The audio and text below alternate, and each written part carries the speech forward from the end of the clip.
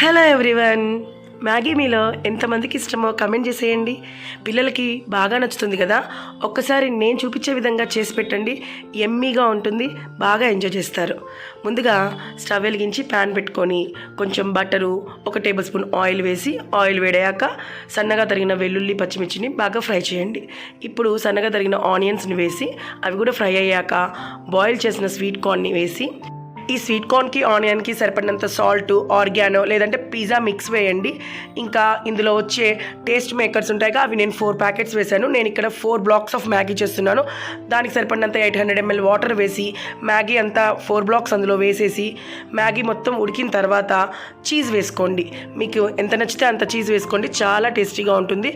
బాగా కలిపేసుకొని దగ్గరగా అయ్యాక కొత్తిమీరతో గార్నిష్ చేసేయండి. చాలా టేస్టీగా ఎమ్మీగా ఉంటుంది. ఒకసారి ట్రై చేయండి. మీకు ఎలా వచ్చిందో కమెంట్ చేయండి. వీడియో నచ్చితే ఒక లైక్ చేయండి. Thank you.